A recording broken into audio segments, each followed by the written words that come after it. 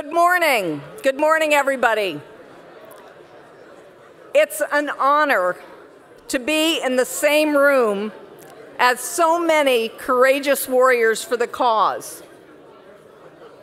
As long as we all remain united, we support one another, and we don't break ranks, and with God's blessing, we will prevail. I've got a couple of housekeeping matters to cover before we start our program. I want to remind all attendees to silence your cell phones and please don't record speaker remarks. You know that this is confidential. CNP meetings are off limits to the press, so please be aware of who you're talking to in the hotel common areas.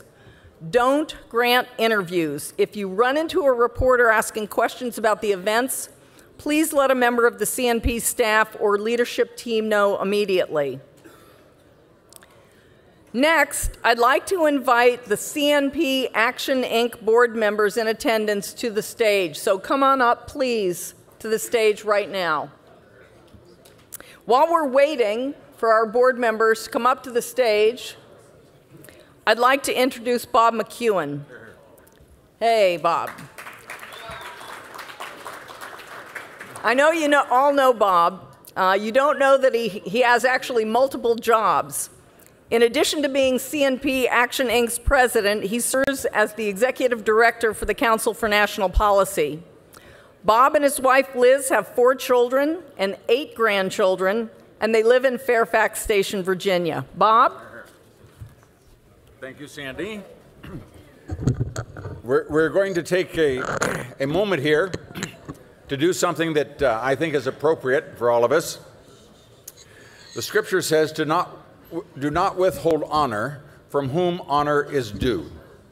And what we want to do is to take a moment out to honor a member of the Council for National Policy for taking a stand that was a great risk to him, but in the process also mention that others are facing the same sort of abuse, and that is when the government targets a conservative to destroy him. It's part of the program of isolating someone, then their friends withdraw from them, and then they destroy their effectiveness.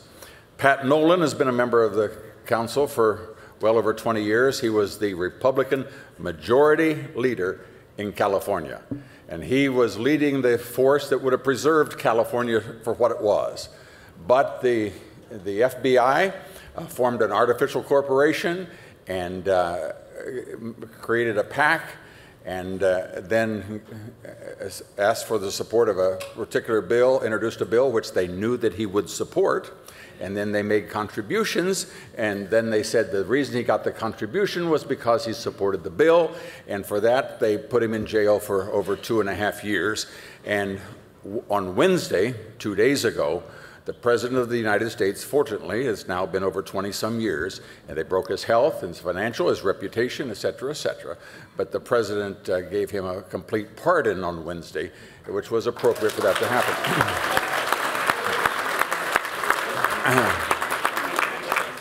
I can continue on. I'll take just one more. A member of our board here is a fellow by the name of Tom DeLay. Tom DeLay was the majority leader of the United States House of Representatives. He controlled every bill that came to the floor, and he was so sophisticated and talented that he changed Washington forever. He broke the iron triangle that from Roosevelt until 1995, no one could break. Landslides by Eisenhower and Nixon and Reagan couldn't do it, but he was able to do that. And so they charged him with money laundering. And money laundering in the bill, in the law, it says that if you collect money from a person and you give it to them, by definition, that's not laundering. So if you take the money and you put it in an account and then you bring it out with another, that is laundering. But when you have a reception and you collect the checks from the people that have contributed to the candidate and you put a rubber band around them and you hand them to the candidate, by definition, that is not money laundering. And yet they charged him, they indicted him, which meant that he had to step down from Congress. They refused to bring it to trial for over 11 years because they knew that he was at the height of his physical and mental and political prowess. And then they finally brought it to trial. And when they get it to trial, then they artificially convicted him, but in a In an appellate court, they don't look at the lies that were said in the fact court, they look at the law. And all they had to do was just get it to the law, and you could immediately see that there was nothing there. And so when they went to the appellate court in Texas, they went to every single Republican judge in the state and said, you were a friend of Tom DeLay's, you need to recuse yourself. And they just like cordwood, they all recused themselves until finally they had 3 left-wing Democrat judges in the appellate court. But when you read what the word says and you saw what he did, you saw that he had to be acquitted. And of course he was, after 13 years and $11 million and all the rest of it. So there's a couple more. There's one more I'll mention. Congressman Steve Stockman, a member of CNP, used a 501c3 to do a publicity on certain issues. They charged him that the 501c3 newsletter was political, and therefore he was violating his 501c3 status. Never in the history of the 501c3 complaints has anyone ever gone to jail. But Steve Stockman is in jail at this moment, serving a 10-year sentence. Is Patty in the room at the moment? Patty, if you will stand up, there's the wife of Congressman Steve Stockman.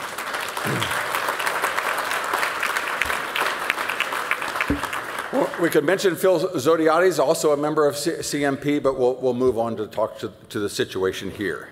And that is a fellow by the name of Jerome Corsi wrote a book called Unfit for Command, in which he took what had happened over 10 years ago, and actually closer to 20 years ago, in which John Kerry lied in every conceivable manner about a whole series of things.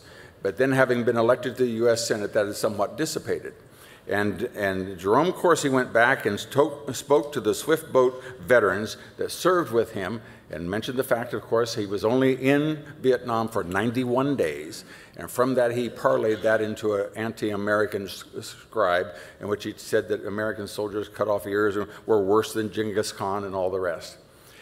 As a result of that book and that election, John Kerry was defeated by less than 60,000 votes. There are many of us that believe that had that book not been there and educated a whole new generation of people and reporters and others, had it not been for that book, I fear that he would have been the President of the United States. Just think of the hatred that they have for a man who did that. And so, a couple of years ago, they came at him again. And they said, Jerome Corsi, we believe that you're conspiring against your government. And so therefore we subpoena all of your documents, all of your appointment schedule, all of your notes, all of your emails, all of your everything. And he gave it all, as any patriotic American would. And they go through it, but now and then they leak stories about him to make sure that he doesn't get employment. And so the people that he's contracted with, they want to hold him off at hands at a little distance during this period of time. He then has to go into all of his reserves and all of his retirement, every effort to finance a defense for himself. And finally, after all of the efforts and all of the trials, they can come up with absolutely nothing. And so this powerful FBI, this Robert Mueller, this Weissman, all of these people that have conspired to destroy Donald Trump and anybody that supported him, they said, all right, the most that we can get is that when you said this in one of these interviews, there was an email 2.5 years ago in which you said March, and actually it was April. And therefore, if you will sign this document that says that you lied, we'll leave you alone. There'll be no fines. There'll be no jail time. You can just go on, Jerome Corsi. You can just go on about your life. We will have our indictment, and you can go your way. Now, when you're spent, and you're financially spent it all, and you've used your reserves, and you've lost your employment, and you're in your 70s, and you begin to think, I would like to just sort of proceed here. And so they gave him the piece of paper, and we'd seen where General Flynn and others had signed, had given these process errors. And so it said on there that I misled the government of the United States of America. And all I have to do is sign that, and they'll go away. And he looked at it, and he said, if I sign that, I am signing a lie. and I have to stand before God when I lie. Therefore, take this piece of paper, I'll die in jail. And he gave it back to them. And let me just show you a little clip here as to how it. There are many. Do not think that just because he's pleading guilty to something, Michael Cohen's telling the truth. He's got every reason to say what the prosecutor wants him to say. But Corsi, they're offering Corsi a deal right now. If he says what they want him to say, he gets probation. They're offering Corsi a deal. How do you know this? That they're offering Corsi? Because he's suing over it. Okay. I have the documents. I have the documents. It was leaked to me. I have the documents. They gave him a script. If he reads from the script, no jail. If he doesn't read from the script, he gets maybe 5 years in jail. So what's the temptation to read from the script? You could have possibly gotten no jail time, none at all. And now you might, as you even said, risk dying in jail. You're older. You're 72 years old. Look, we all worry at this point in our lives, right? Yes. Why? Because... and here's my bigger question. What did you know they were trying to get you to say? They wanted me what did they want? They wanted me to name a source with WikiLeaks that I had that told me Assange had Podesta's emails. And to answer your other question, the plea deal they were offered, I had to go before a federal judge and swear under God and to a federal judge that I knowingly and willfully submitted false information that I knew to be false to the federal authorities in order to mislead them. I didn't do that. I'd rather spend, if the United States has come to it, I'll spend the rest of my life in jail, but I will not swear under God to a lie. I won't do it. And so, up until that time, people had just sworn to get them off their back as they were isolated, as the rules for radicals advises people to do, to get them in a corner where they're the only ones. And finally, Jerry Corsi said, "Not with me." Boom. And from then on, some others that started giving him trouble. And they didn't have any more indictments after that and finally finished up the report. I believe, had Jerry not started this standing up with your backbone, I believe that Mueller would still be going after people and harassing people. And so I'll leave off as I began, and that is that the scripture says to give honor to whom honor is due. And we have a member of CNP to whom honor is due. It says that the Patrick Henry Lantern of Liberty Award. Should I keep back my opinions at such a time, though fear of giving offense? I should consider myself as guilty of treason toward my country, as an act of disloyalty toward the majesty of heaven, which I revere above all earthly things. Patrick Henry. And so on behalf of the Council for National Policy Action, Inc., God bless, keep everybody straight. IRS, you're listening. This is a 501c4 operation, what we are doing. Because we want to recognize an American patriot, ladies and gentlemen, Jerry Corsi.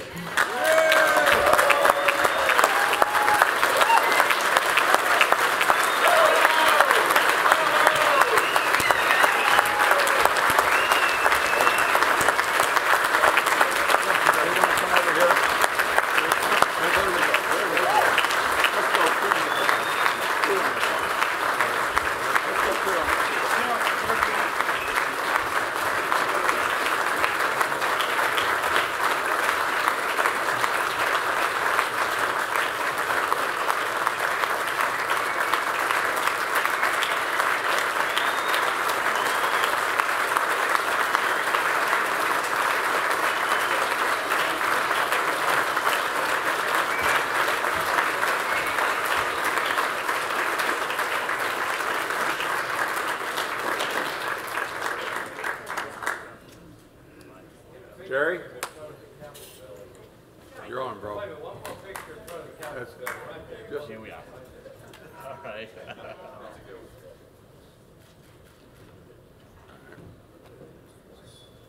Dr. Jerry Corsi. Thank you.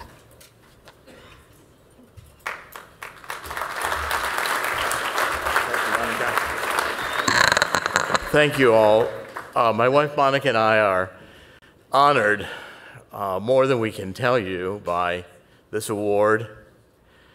We were first at CNP 15 years ago in this room, Jim Martin, Jim's here today, I believe, Jim, brought us here when I co-authored Unfit for Command with John O'Neill, the Swiftboat book, which Bob very generously commented on.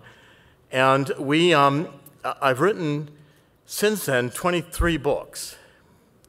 Abomination was also #1.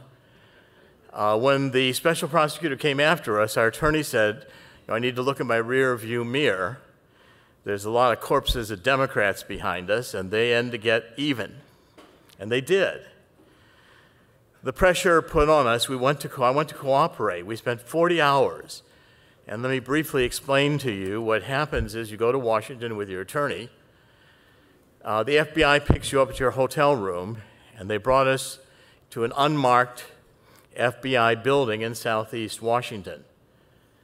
You come in through the garage, so no one outside in the street sees you, and they bring you into this safe room where you give up your phones and your computers. You have no electronics, no way to communicate with the outside world, no way to communicate with my wife, let her know what was going on.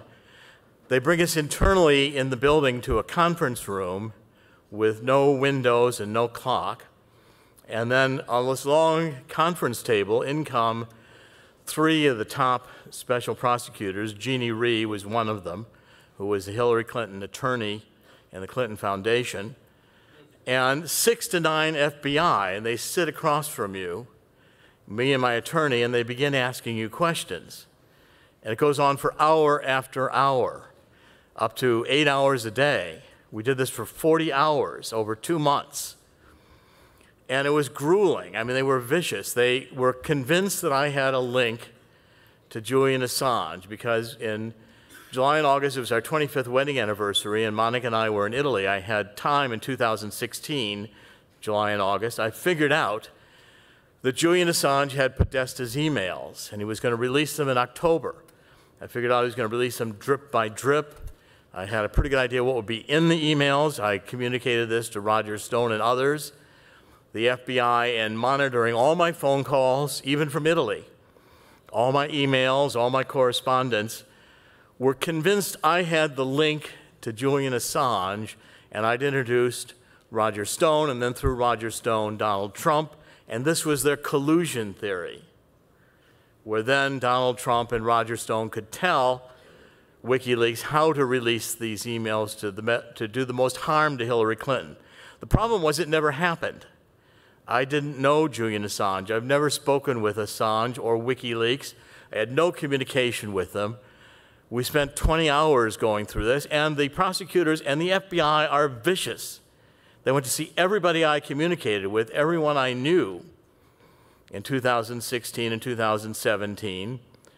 And finally, when this all blew up, they lectured me. Jeannie Rhee lectured me on God. She demeaned religion. She said, Dr. Corsi, you're asking us to believe that on this trip to Italy, God intervened and a miracle happened, and you learned from God that Julian Assange had Podesta's emails. I said, well, Ms. Rhee, I don't appreciate you ridiculing God.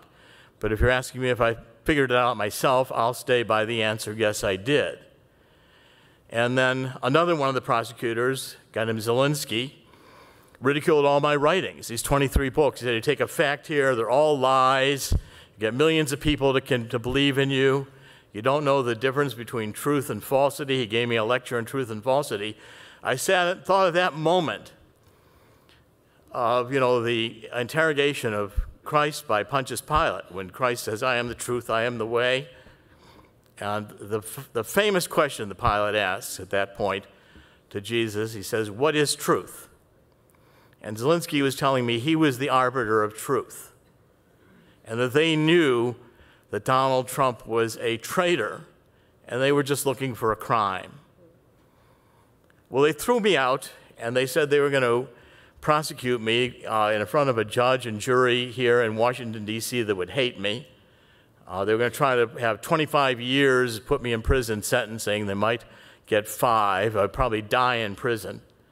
We'd spend $2 or $3 million defending ourselves, which we don't have, and in the end I would still lose, or I could sign this one piece of paper. And after these 2 grueling months, it came down to being Thanksgiving time, and I remember distinctly, I can see being there right at the moment. We were waking up in the morning. We have a little desk in our bedroom, and I was looking at the computer just thinking how, just sign this one agreement and you're finished. I said, well, when would I be sentenced? Well, maybe in a year. Well, they'd own me for that year. I have all kinds of securities licenses, which I've held since the 80s. They said, well, you don't have to tell anyone, Dr. Corsi, because this will be a secret indictment. You'll plead before a judge and you'll be a criminal, but you don't have to report it to the financial authorities. I said, no, that's not the way the laws are written. Now I've got to lie, and then I have to also break the regulations for the insurance and securities industries in order to stay out of jail. Well, Monica woke up that day, and she said, I would rather visit you in prison the rest of your life than to have you not be the man I married.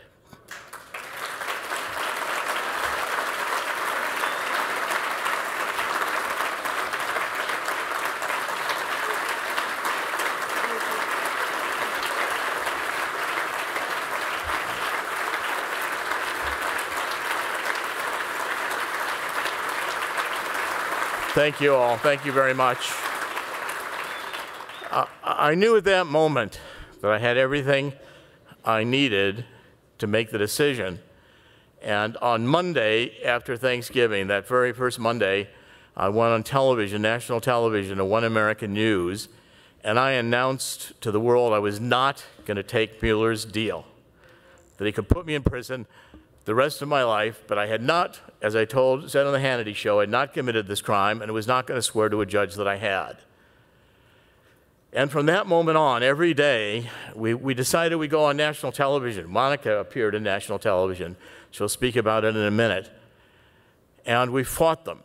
But until St. Patrick's Day, until Barr announced the results, every day we thought, 4:30 in the morning, you wake up and is the FBI outside going to barge down the door and arrest us? They could.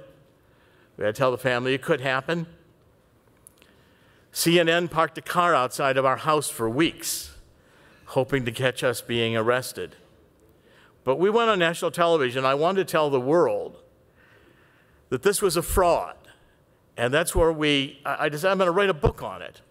I mean, I thought the FBI was pretty good at profiling. I don't know how they didn't think I was going to resist them and then write a book.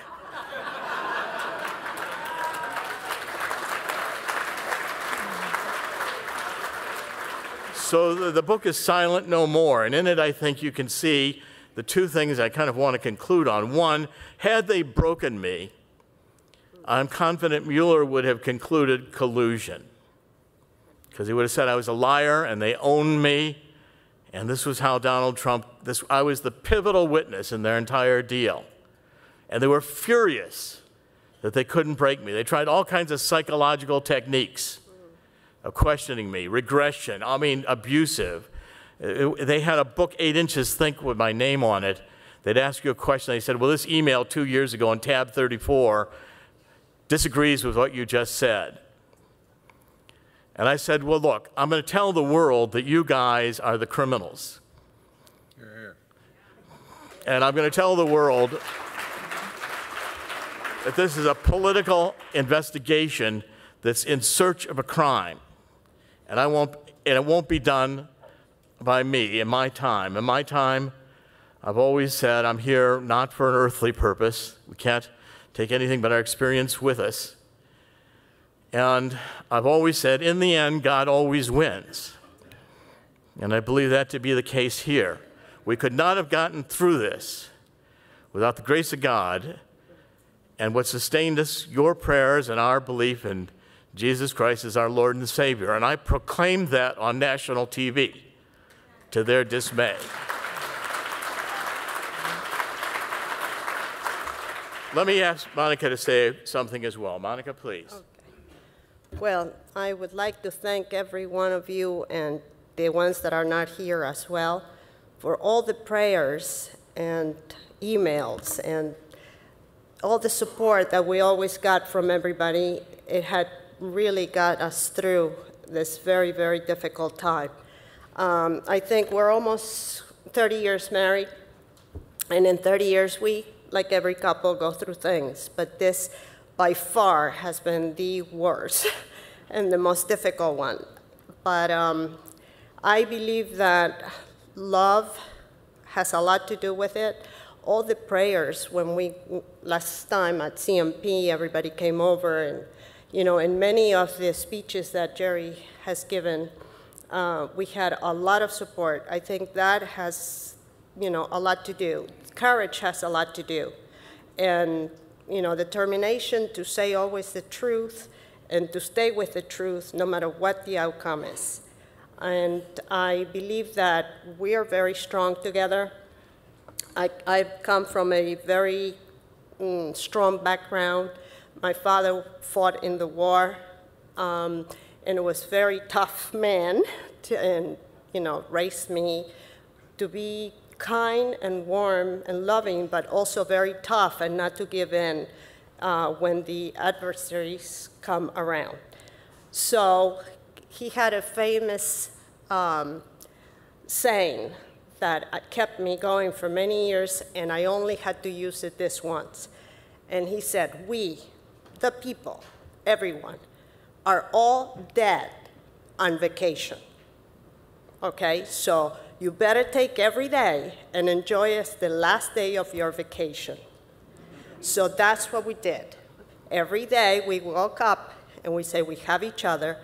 You're not taken away. So today is the best day of our vacation time.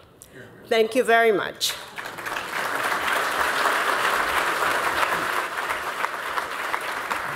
And we are especially, we're so honored with CNP. This has been one of the most important organizations in our lives for 15 years. The devotion to the Constitution, the devotion to God. In the end, God will win, but he will win because we fought with him to beat the devil and the enemy. Thank you. Thank you all.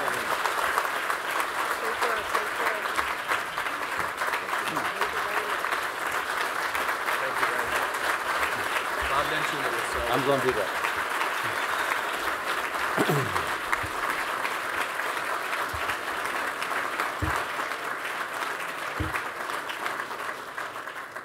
In situations like this, we sometimes feel so helpless, and so I'm going to give you something that you can do. The book just before this one that Jerry wrote was called Killing the Deep State. And as you know, the foreign minister for Hungary was here yesterday. He was in the country because the prime minister was meeting with President Trump briefly. And that book, Killing the Deep State, was translated into Hungarian. And the two of them discussed it. The Prime Minister Orban brought it up with President Trump, and they discussed the significance of his book. And then when the foreign minister stayed around just long enough to speak yesterday, and then he left to go back to his home country, he made the mention that how much that book had meant in encouraging them as they're taking over their government in Hungary. The final step would be as to what can we do to help them through this difficult time is that he has a book explaining how this happened and what is called Silent No More. And as he mentioned, if he went down, then he would tie him to stone and stone to the president, and the collusion would have been successful. And so they're available the rest of the day. He'll be here to sign copies and all. If each one of you buy 5 copies for you and your friends and your relatives, that will be our effort to say thank you to Jerome Corsi. God bless.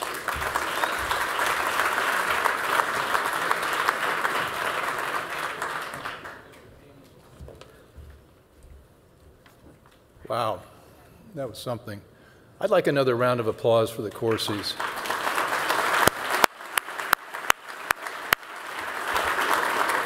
What incredible courage and, as he said, Constitution and God. Well, at this point, we now